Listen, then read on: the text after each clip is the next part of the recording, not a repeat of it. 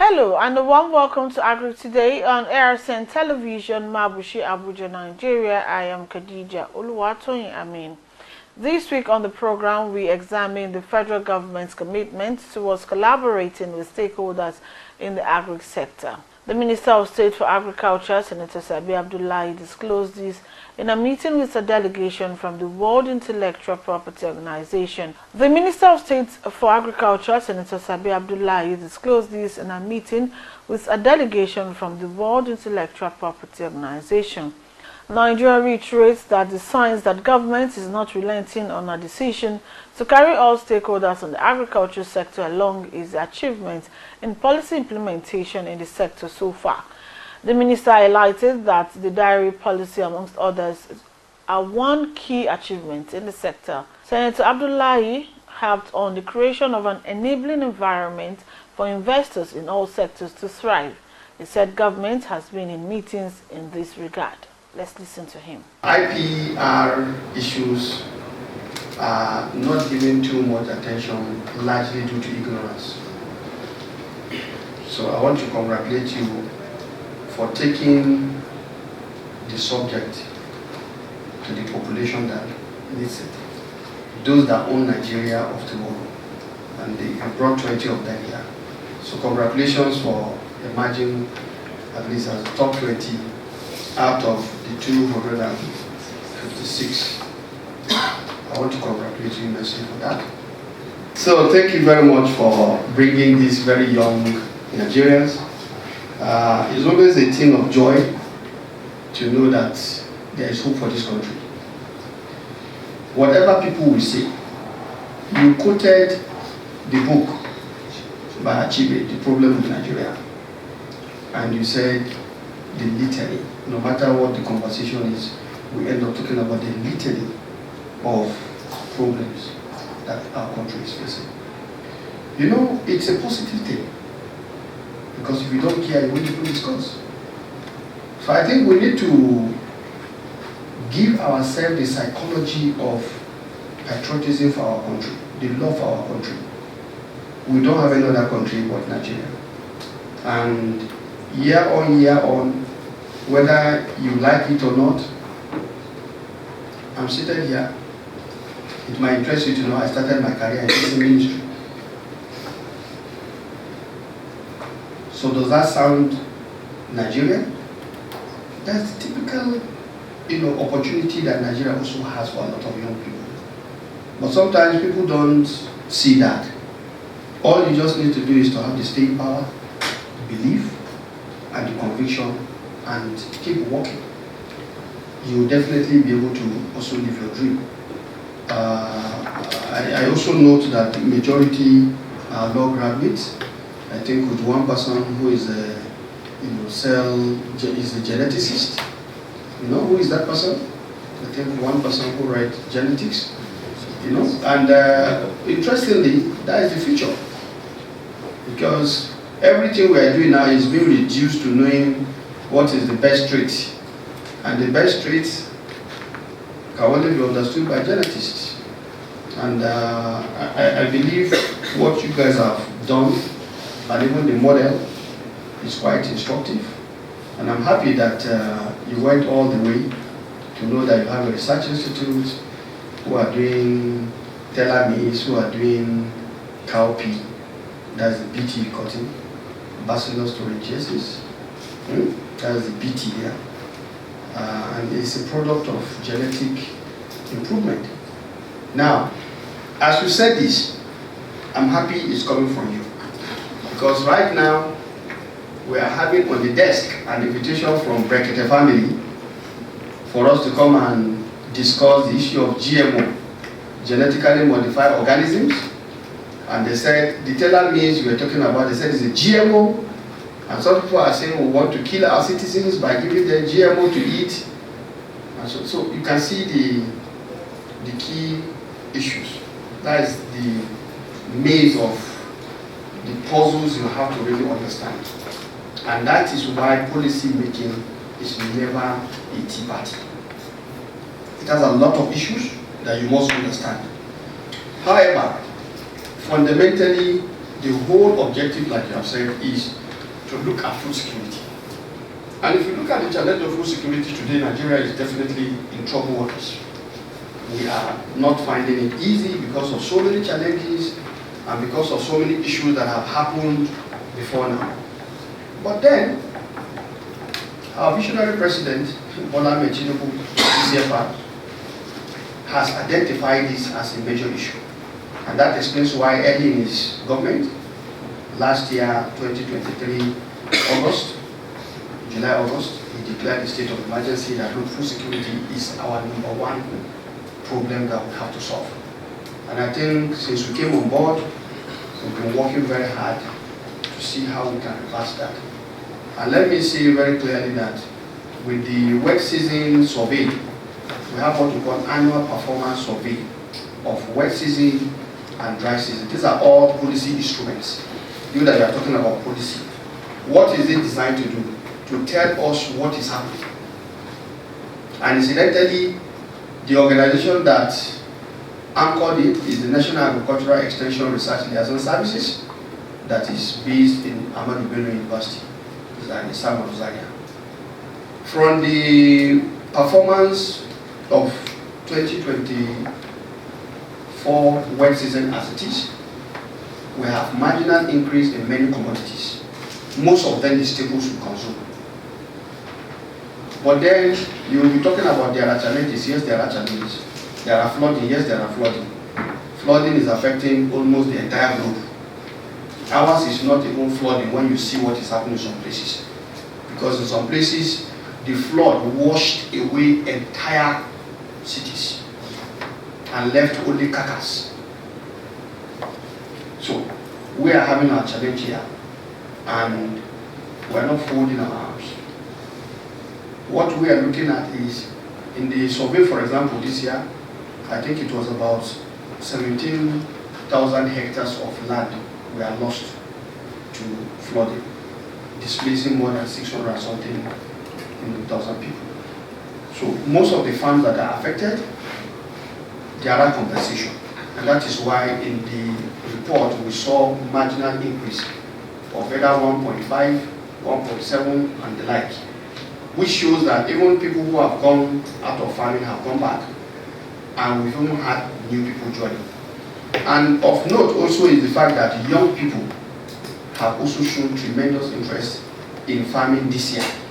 A number of young people have farms, and they were able to see the result of what they are doing.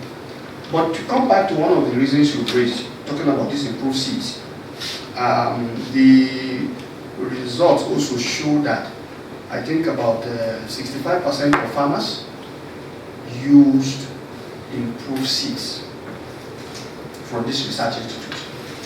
So I agree with you that yes, the research institutes are underfunded. I absolutely agree with that.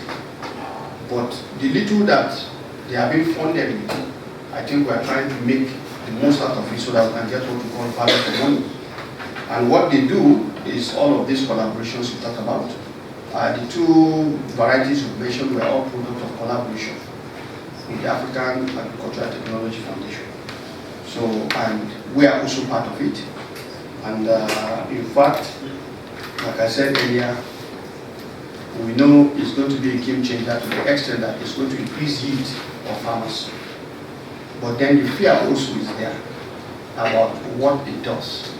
Because some people are seizing the narrative and telling Nigerians that when you take GMO, your soil will not, produce any other thing, you need to go back to, so it's a matter of understanding what the issues are.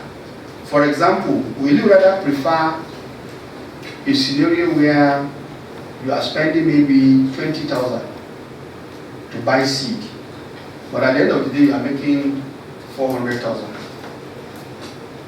The other one, you are buying seed at 5,000, but you are making only 80,000. Which one would you prefer? I bet which one? Definitely the first scenario. You see, the whole thing is simple. There is no way you have an improved technology and you expect it to be cheap.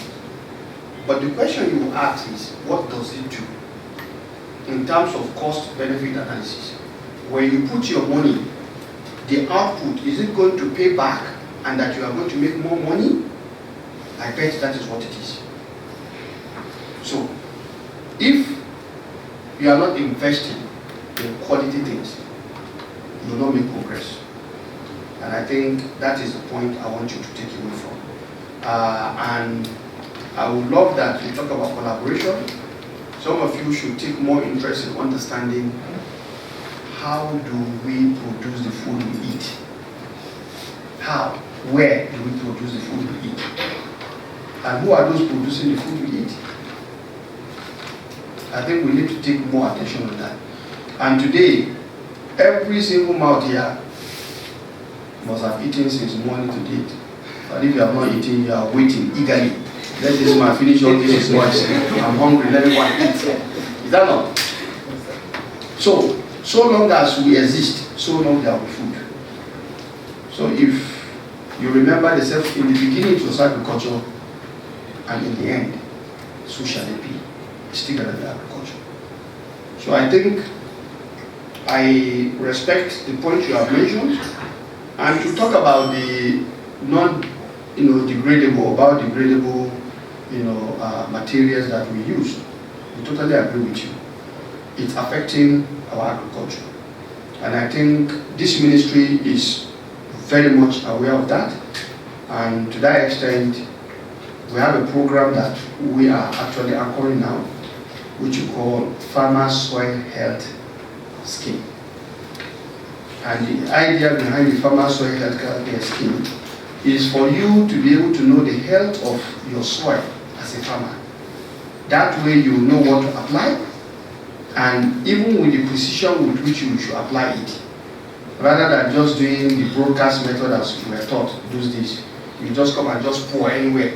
And if you check a soil, some areas are more, they have more nutrients than the others. So, but under this scheme, for example, farmers will be able to know where they are supposed to apply, how they are supposed to apply. And that way they will be able to do what they call maximization of their resource utilization.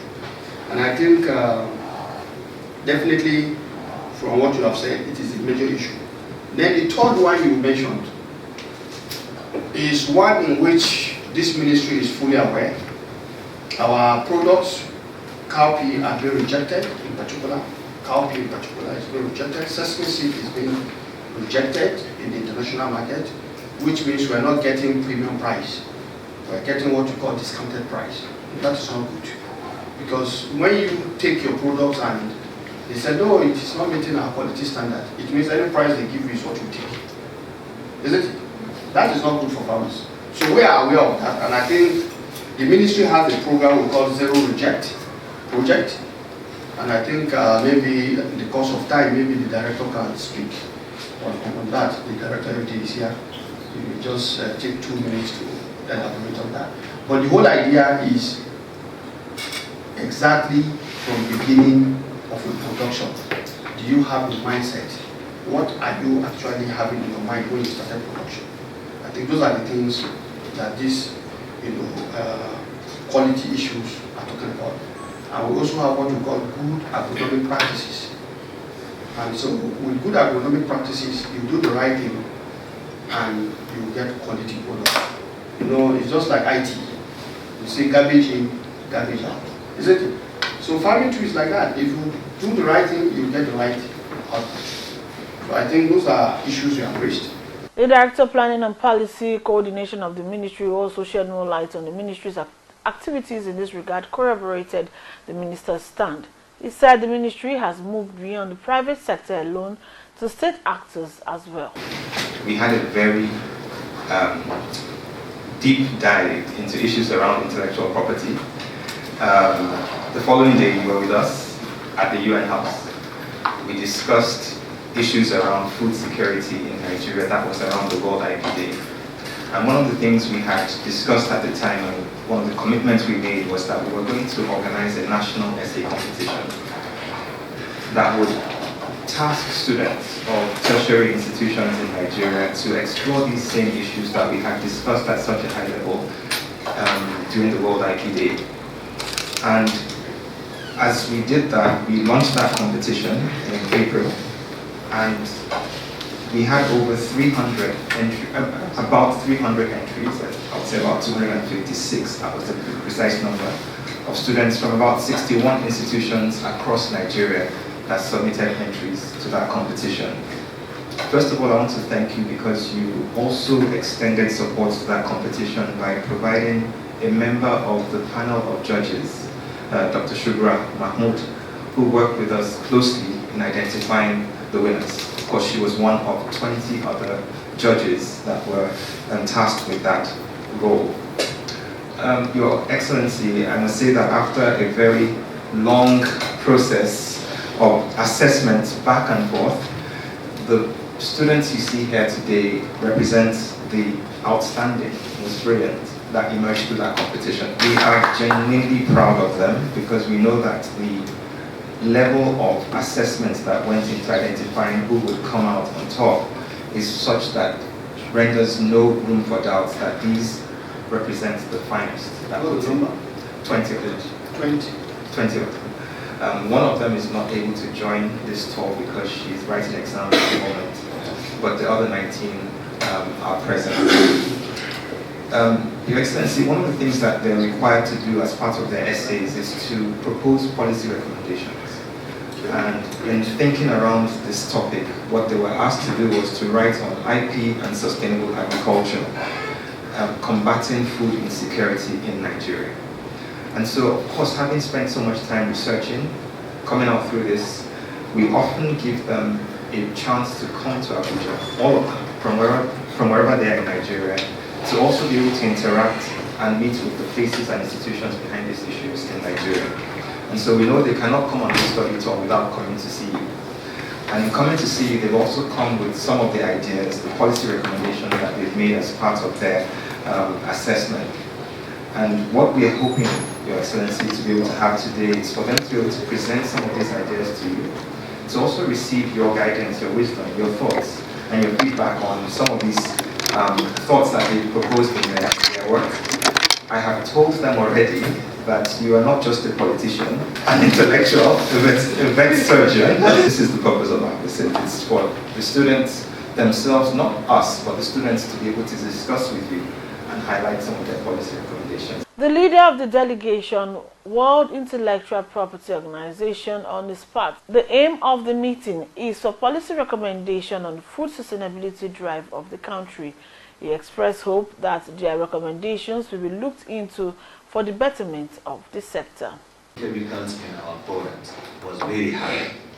In all products, yes, there are tolerable limits that are allowed, but in the case of the Nigerian one, it was above the tolerable limit, and that is why it was totally rejected.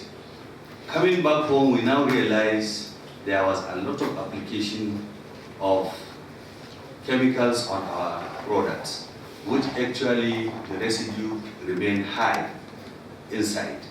So we had to now look at capacity building of our farmers to tell them that you apply this chemical as at when required. Not because you have the availability, you just go and apply. And then there is time for application. There is direction to follow during application. So all these are the capacity building we implement in our farmers for them to know how to apply these chemicals. And there are some chemicals that were totally rejected. We don't want to even use them, like the paraquat, which has been banned in other climes. but in Nigeria we are still using it, but as at this year, it has totally been stopped. So some of these chemicals take time to even leave the product. That is why I think they were being rejected in other words. So in this country, we have taken very careful note of the chemical we do apply now. And our farmers are also being educated to use organic chemicals. Those ones do not have any residue. Even if they do, it is not of any consequence to human consumption. So the program is ongoing. The ministry is taking very much looking at it seriously so that farmers know exactly what they are doing, so that when their produce are being exported, it cannot be rejected. So the project is ongoing and it has a lot of collaboration from other agencies. The first, one of my colleagues mentioned it when you were not around, but I think I'll repeat it just to get your personal opinion on it. And it has to do with seizing the narratives surrounding GMOs, because narratives are powerful things. It is possible to have solutions and recommendations and people will not adopt them because of the narrative that's surrounding it.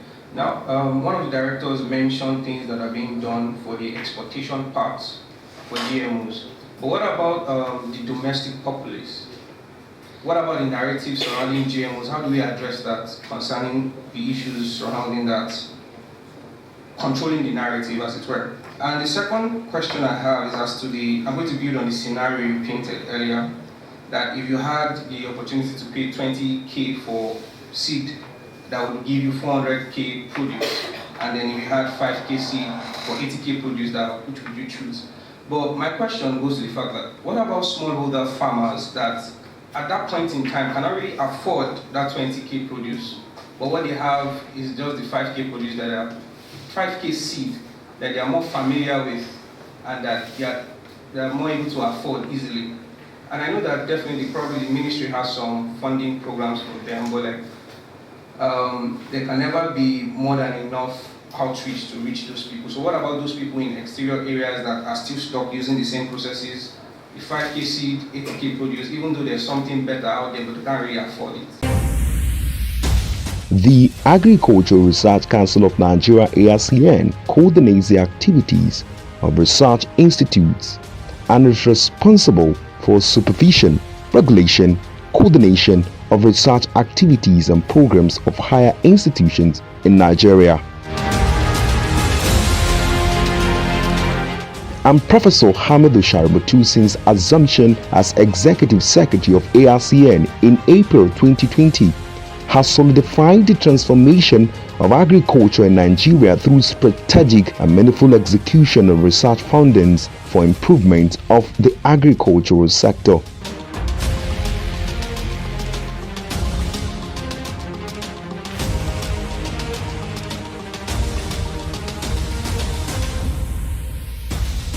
Since then, Professor Shaributu has operated as visionary captain by restoring the council's glory with the first ever agricultural television and radio station in Nigeria, with well-equipped studios parading state-of-the-art equipment.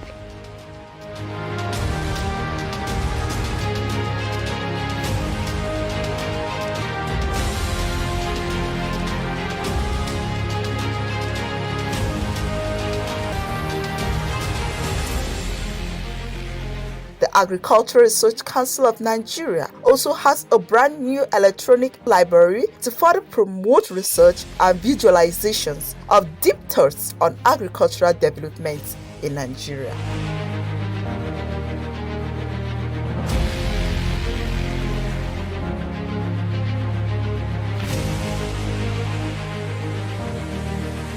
The museum, located in the Senator Abdullahi Adamu Center, is an agricultural museum saddled with the responsibility of keeping records of agricultural findings, discoveries, researches for continuity and history purposes. The Agricultural Research Council of Nigeria is wearing a new look under the stewardship of Professor Garba Hamidou Shaributu, who says, "Alone, I am nothing, but together, I am something."